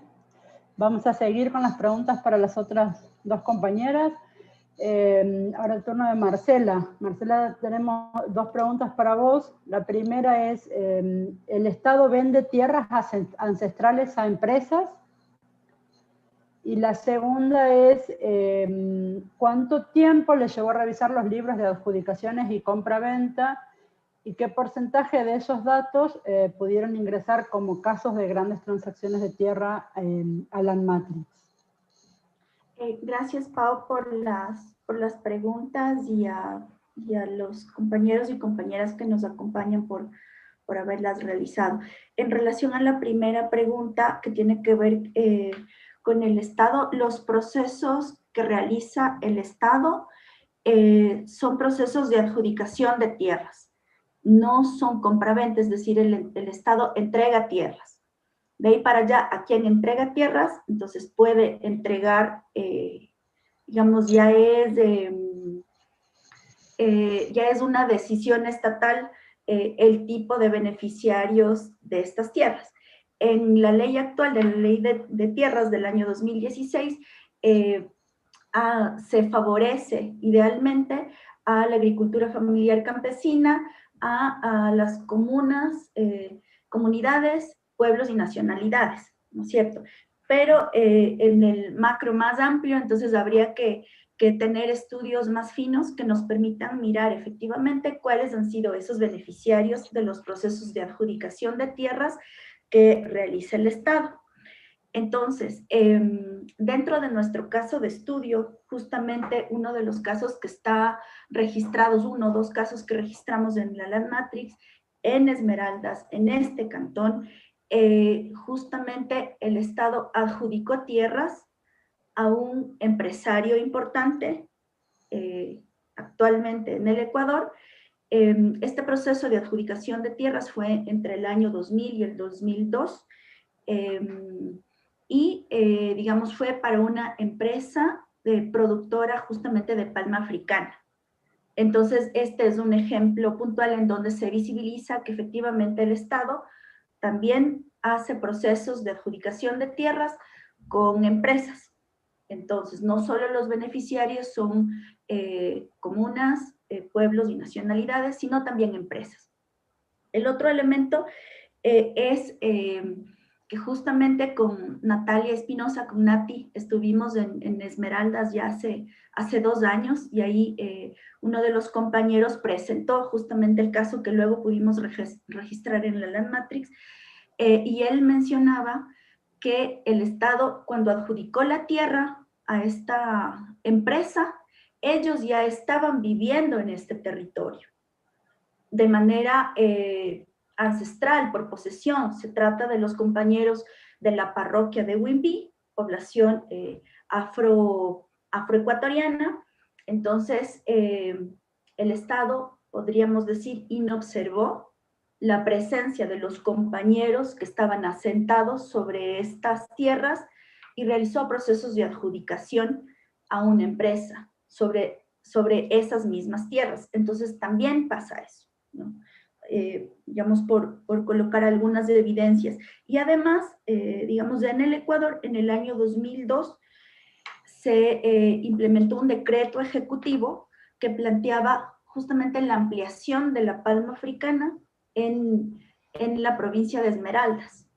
Entonces, esto quisiera colocarlo también en el debate global en la situación global que nos pasa, en términos del modelo de acumulación capitalista y que tiene sus implicaciones a nivel nacional, pero principalmente a nivel local, en los territorios, como estamos mirando este caso. Entonces, tanto Carmen como Natalia, sin hablarnos entre nosotros, bueno, yo sabía que Natalia ya había estado haciendo el estudio articulado a Palma Africana, pero con Carmen no. Entonces resulta que en Centroamérica, acá en Colombia, justamente en la zona del Caribe, nosotros acá en el Ecuador, colocamos y hay un énfasis, ¿no es cierto? Hay un énfasis de lo que está pasando con la palma africana.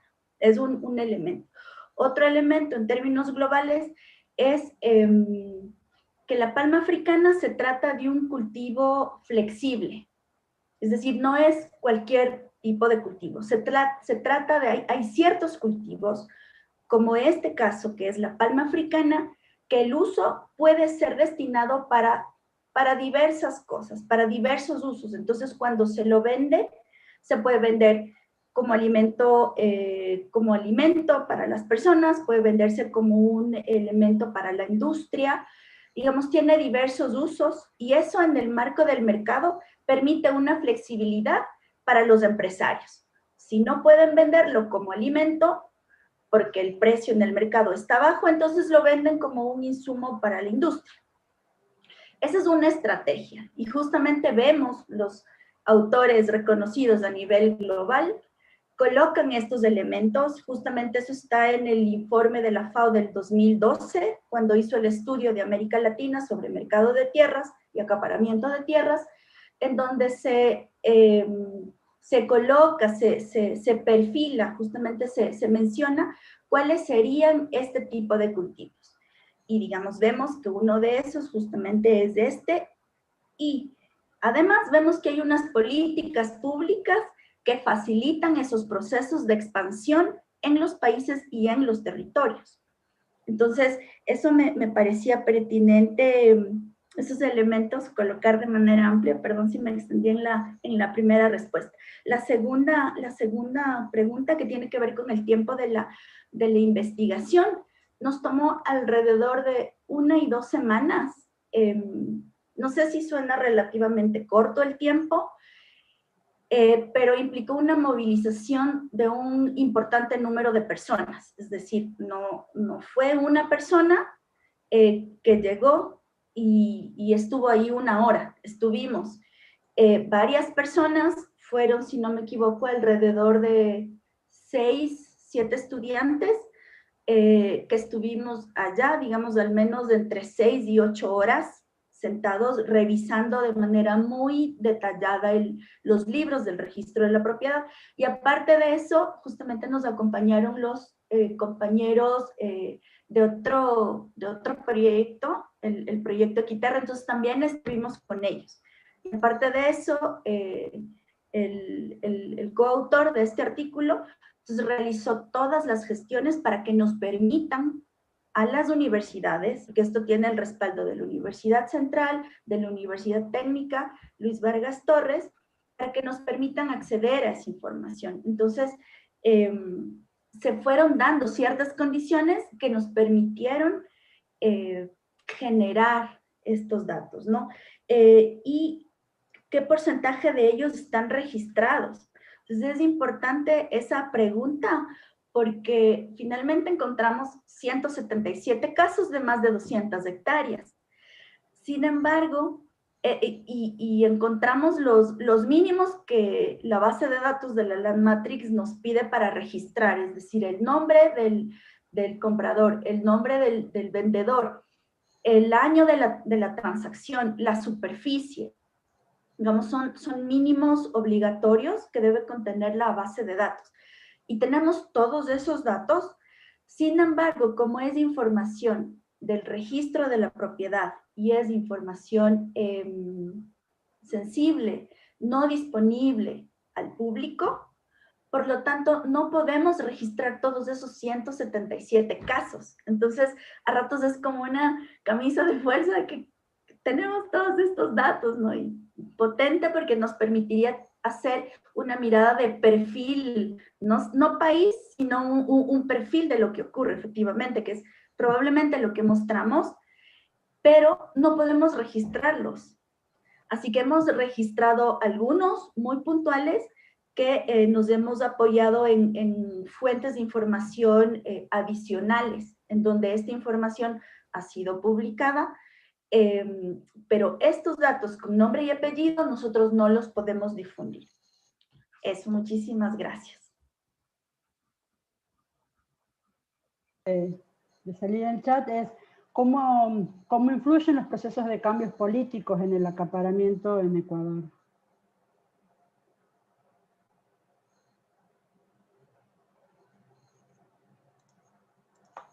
Pau, no escuché, era otra pregunta para mí, disculpa. Sí, una última pregunta para vos es ¿cómo influyen los procesos de cambios políticos en el acaparamiento?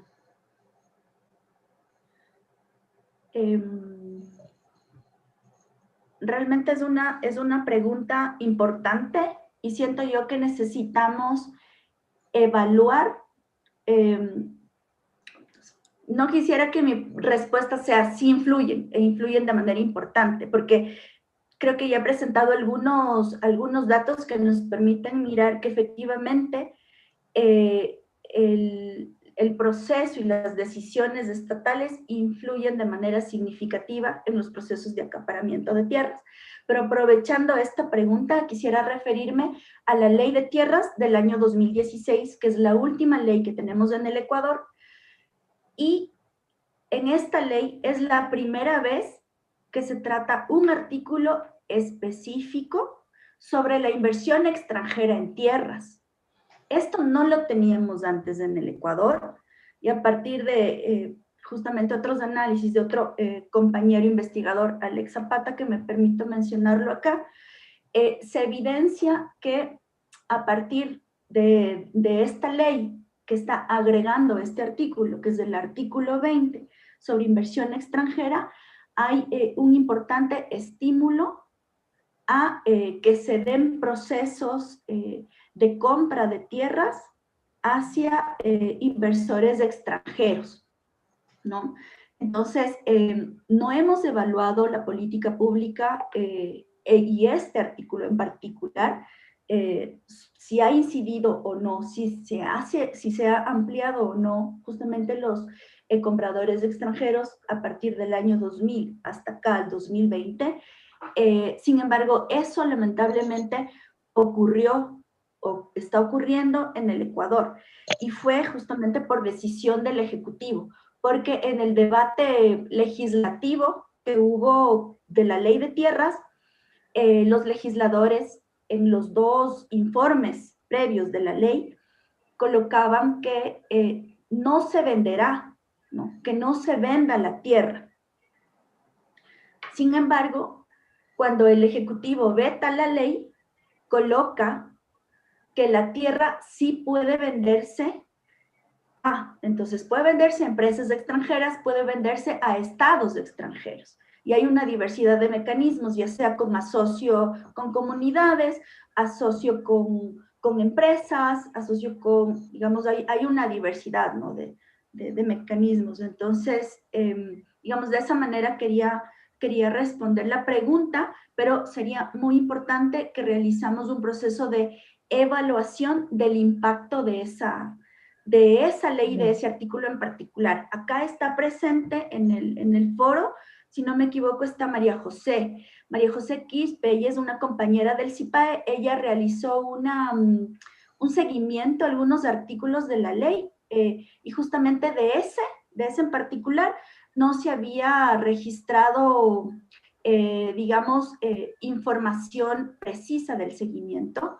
Y aparte de eso, tenemos la posibilidad de que se realice un reglamento en articulación con la Superintendencia del Poder del Mercado, que idealmente permitiría ver cuál es la concentración y el acaparamiento de tierras. Sin embargo, este reglamento no se ha realizado. Y justamente es un hallazgo que realizó nuestra compañera María José, que acá tuvo la posibilidad de acompañarnos. Gracias, Ma. Gracias, Pau. Gracias, Marce. Justo te estábamos pidiendo que redondees, así pasamos a las preguntas de Natalia. Sí, porque estamos bastante pasados de tiempo, ¿no? Le voy a pedir a Natalia que por favor sea lo más breve posible en las respuestas. Bueno, Nati, la pregunta para vos es, en el marco del proceso de paz en Colombia, ¿es posible mejorar el acceso a la tierra de campesinos e indígenas? Y la otra pregunta es, ¿la concentración de la producción también monopoliza la fijación del precio? Bueno, voy a ser breve entonces, por temas de tiempo. Sobre el segundo tema, que es el más complejo, dijéramos, bueno, Marce ya explicaba cómo la palma es un cultivo comodín, ¿no? Con precios pues muy variantes de acuerdo a los mercados internacionales. En el caso concreto de lo que ocurre en Montes de María, a ver, es un poco complejo y depende un poco de quién se mire. Si uno habla, por ejemplo, con Fedepalma, que es el gremio nacional, quien está, como dijéramos, un poco con acceso a toda la información de cómo se mueven los precios y ellos, pues ellos plantean, y de hecho Olioflores, que es esta empresa que está, como esta empresa ancla que hay en Montes de María, pues ellos dicen un poco que los precios siempre se ponen de acuerdo a lo que está pasando como en los mercados internacionales. Y esto es un poco, dijéramos, pensando como en la transparencia que plantean las empresas. Sin embargo, cuando uno conversa con los campesinos y campesinas que están vinculadas al cultivo de palma, pues ellos no tienen forma de acceder a la información para saber cómo están los precios. Sí, un poco como acá llega Olioflores, viene el camión cada 15 días, cada 8 días a recoger el corozo y nos paga porque ese es el precio que hay. Entonces dijéramos que si hay un tema ahí complejo en términos de cómo se maneja la información en estos mercados internacionales y cómo la gente, las comunidades y los campesinos que están vinculados a estos cultivos, pues tienen dificultades para acceder y de alguna manera ellos terminan un poco como en un ejercicio más, si se quiere, de confianza, dijéramos, de pues creemos que las empresas que están comprando el corozo lo hacen al precio un poco indicado. Pero dijéramos ya el manejo muy interno es mucho más complejo, habría que investigar mucho más para poder saber a ciencia cierta si efectivamente la empresa se rige bajo estos sistemas de información y bajo estos precios internacionales o si podemos encontrar un poco como mayor autonomía de las empresas anclas para imponer los precios del corozo al que ellos quieran. Ahí es interesante, por ejemplo, pensar que Olioflores en Montes de María es la única empresa ancla y es la única, dijéramos, con capacidad de establecer estas alianzas productivas con los campesinos. Incluso hubo un momento en que llegó otra persona a comprar el corozo y la sacaron de la región. Un poco como aquí el único que puede comprar el corozo es Olioflores. Entonces, el tema como de este monopolio que ellos tienen, pues puede generar un poco de dudas frente a cómo se están planteando los precios, pero habría que investigar un poco más. Y sobre el tema del proceso de paz, rápidamente, pues efectivamente en el punto 1 de la reforma rural integral se proponen distintos mecanismos para el acceso a la tenencia de la tierra por parte de campesinos, campesinas y otros sujetos de reforma rural integral. Está bueno, hay una necesidad de hacer un catastro, hay un fondo de tierras también, dijéramos que sí hay varios mecanismos estipulados que uno dijera van a ayudar a solucionar uno de los temas más complejos en Colombia, que es la desigualdad en la tenencia de la tierra. Sin embargo, lo que vemos un poco desde la llegada a la presidencia de Iván Duque es que todo esto pues ha ido un poco como en decaída y no hay avance real, el catastro tiene un montón de problemáticas, el tema del fondo de tierras también está avanzando demasiado lento, entonces si bien hay una oportunidad y en los acuerdos quedó planteado, dijéramos en la realidad y en las medidas que estaba implementando el gobierno, uno creería que no les interesa tanto avanzar en esto, sino que tienen, dijéramos, como unos intereses más particulares y que finalmente van a generar muchos mayores traumatismos en términos de que no va a haber esa solución que necesita la gente en términos de acceder a la propiedad de la tierra. Listo. Muy bien. Muchas gracias, Nati. Martín, una última cosa. Ahí estaban preguntando si se puede acceder a los informes, a las presentaciones. Los informes técnicos que se elaboran en el marco de la Matrix están disponibles en la página web de la iniciativa, que les acabo de dejar el link en el chat de la sala. Quería decir eso como para cerrar y bueno, recordar que también ahí están disponibles los videos en cada una en la sección de videos. Así que bueno, muchas gracias a los participantes y a las expositoras. Perfecto. Gabriel, en el tiempo más breve que pueda, nos va a compartir las reflexiones finales y hacemos el cierre. Gracias, Martín. Sí, ya no, se ha dicho mucho y la verdad que tapar los comentarios y las observaciones que las panelistas han hecho no tendría mucho sentido, porque ya por sí han sido muy claras, ¿no? Yo quería decir 2 o 3 cosas. Primero quería resaltar en general, de todas las presentaciones y de la iniciativa en general, cómo ha habido un crecimiento de la base de datos, ¿no? Todos hablan ya de millones de hectáreas, más de 1 millón de hectáreas, ¿no? Y eso nos parece súper importante como iniciativa, ¿no? Como validación de la información. Que este es el otro punto, porque muchos han hablado de lo legal y de lo ilegal de la información, y Landmatrix que comienzas a tener información validada, ¿no? Técnicamente, científicamente, informativamente, que realmente permite hacer análisis, ¿no? Del tipo técnicos, investigativos, o sea, ese crecimiento me pareció súper importante, cómo se va verificando en los diferentes países, ¿no? También ya pasó en el webinar anterior, ¿no? La cantidad de casos. Una salvedad que también me parece interesante, todos hablaron de que lo dijo Marcela, todos hablaron de La Palma, ¿no? De La Palma, y a los que somos más del cono sur, bueno, no conocemos tanto La Palma, sin embargo, los procesos de desigualdad y de acaparamiento de tierra son muy similares a lo que aquí ocurre en Argentina, Brasil, Uruguay o Paraguay, con respecto a la soja, al maíz, a la ganadería, ¿sí? Es decir, inclusive esta flexibilidad que Marcela hablaba, también ocurre en la soja. La soja puede ser para consumo animal, consumo humano o biocombustible, ¿no? Entonces, lo interesante es ver cómo, independientemente del cultivo, ¿sí? O de la actividad, la estrategia que usan los países son muy similares, ¿no? Muy similares en toda América Latina, de Centroamérica hasta el cono sur, y yo diría que hasta casi independiente, hasta de los signos políticos, ¿no? Habría que discutir un poco más esto, pero todos los países básicamente tienen lo mismo. Yo quería decir 2 o 3 cositas más sobre algunas de las presentaciones en particular, ¿no? Me pareció súper interesante un dato que dio Carmen, ¿no? Donde el 85% de las grandes transacciones como que están sin uso, ¿no? Y quizás asociarlo a algo que también se dijo varias veces, que quizás el acaparamiento de tierra no es por la tierra misma, sino quizás por el agua, ¿no? Varias han hablado del agua dentro de esas superficies y no quizás para el uso de la tierra. Entonces, llama la atención que en Centroamérica y en Nicaragua el 85% de la superficie está como sin uso, ¿no? Evidentemente hay algo atrás, ¿no? Que hace que existan esas compras o esas transacciones o esas adjudicaciones. Entonces, eso me pareció un dato muy distintivo. Y una cosa que también que dice Carmen es que la gran transacción está detrás de una estrategia discursiva, ¿no? Que los estados y las empresas tienen una estrategia discursiva. Sin embargo, los mapas que ella presenta, ya con información validada, también sirve como para contrarrestar el discurso oficial, ¿no? O el discurso predominante, inclusive como una cuestión hasta de monitoreo de lo que se está haciendo y se está diciendo. En el caso de Marcela, bueno, a lo de Marcela me pareció súper importante esto de el acceso a la información, ¿no? Y lo que significó acceder a los 8.442 actas. Yo también creí que habían estado meses con eso, ¿no? 2 semanas, ¿no? Hubo una pregunta de cuánto tiempo les llevó. Dicho así, pueden haber estado años. Pero bueno, cómo eso también les permitió tomar cierta información. Después aclaraste que no toda la pueden usar, pero al menos algunas sí, ¿no? Y comienzan a manejar ciertos datos. Y me pareció súper interesante lo que Marcela dice, esto es que el mercado de tierras aumenta en términos, ¿no?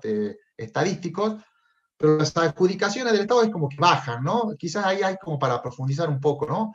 ¿Qué es lo que está pasando? O sea, si el Estado se está retirando un poco de controlar eso, o a lo mejor ya no tiene tierras para adjudicar, ¿no? Pero bueno, esas 2 curvas me llaman mucho la atención. Y también Marcela habla del monitoreo, ¿no? De cómo la información que hoy tienen en Landmatrix les permite también hacer un poco todo este monitoreo. Y bueno, y sobre lo que Natalia también plantea, obviamente, en todos los casos aparece el dato de la extranjerización, ¿no? En el caso bueno, Nicaragua dice que empieza a ser importante, aunque ahí tienen fuertemente, ¿no?, el 70 y pico de % de extranjerización. En el caso de Colombia, lo que yo vi es, en cantidad de casos es importante, pero en la superficie, la extranjerización es muy superior a lo nacional, ¿no? Es como sigue habiendo como al menos el que me parece que vi en la presentación de Natalia. Y una cosa importante que dice Natalia, que tiene que ver con esto de lo que se usa, la tierra o el agua, es que ella hace específicamente, creo que más en el video que en la presentación, cómo el acaparamiento en La Palma, en realidad, le impide a los grupos de mujeres acceder al agua, ¿no? O sea, no solo para el uso y consumo, sino quizás también para todo tipo de acceso al agua, ¿no? Y cómo afecta a las mujeres y a los grupos de mujeres en particular, ¿no? Entonces, me parece que hay como ejes que cruzan, ¿no? Y que las investigaciones y los estudios que se pueden hacer a través de las universidades nos van a permitir, con los datos ya mucho más validados y de mayor dimensión de cantidad de casos, ir profundizando estos análisis para tener mayor solidez y contundencia a la hora de hacer un planteo político, una nueva ley, o ajustar una ley, o ajustar una política, ¿no? Que es en definitiva lo que muchas de las organizaciones que utilizan la información de la Matrix necesitan para poder ser mucho más sólidos en sus reclamos. Pero bueno, así que felicitarlos, no quiero sacar mucho más tiempo, quise sacar algunos puntos comunes y generales de lo que hoy han presentado, que tiene que ver con lo que se presentó la semana pasada y muy probablemente muy en sintonía con lo que se presentará en el cierre, la próxima sesión de la Matrix. Así que muchas gracias a todos. Muchísimas gracias, Gabriel. Realmente un excelente resumen de las 3 presentaciones. Volver a agradecerle a Carmen, a Marcela y a Natalia por el excelente trabajo que están desarrollando. Decirles que el 30 de noviembre tenemos el cierre de la campaña de divulgación con un tercer seminario web en donde van a participar investigadores de INENCO, que es el punto focal técnico de la Matrix. Va a estar haciendo su presentación Lucas Segueso. Un solo caso de acaparamiento de tierras ya es demasiado, es el título de la presentación, comentando sobre el acaparamiento de tierras en la región del Chaco argentino. Pero además tendremos, como decía, el lanzamiento del dossier, comentando sobre los resultados de 10 trabajos de investigación en la región. Finalmente, en el cierre nos va a acompañar Carlos Reborati, presidente del Consejo de Fundapaz, nos va a acompañar Patricia Chávez, de Espacio Feminista de Brasil, representante en el Consejo Global de la ILC por América Latina, y Fernanda Tomás de Rocha, de el FIDA, brindando su mirada sobre el acceso a la tierra en América Latina por parte del FIDA. Así que, bueno, esperamos que puedan invitar a todos los que ustedes quieran invitar, a que repliquen todas las invitaciones que estamos mandando. Les agradecemos mucho la presencia y los esperamos el 30 de noviembre nuevamente. Muchísimas gracias.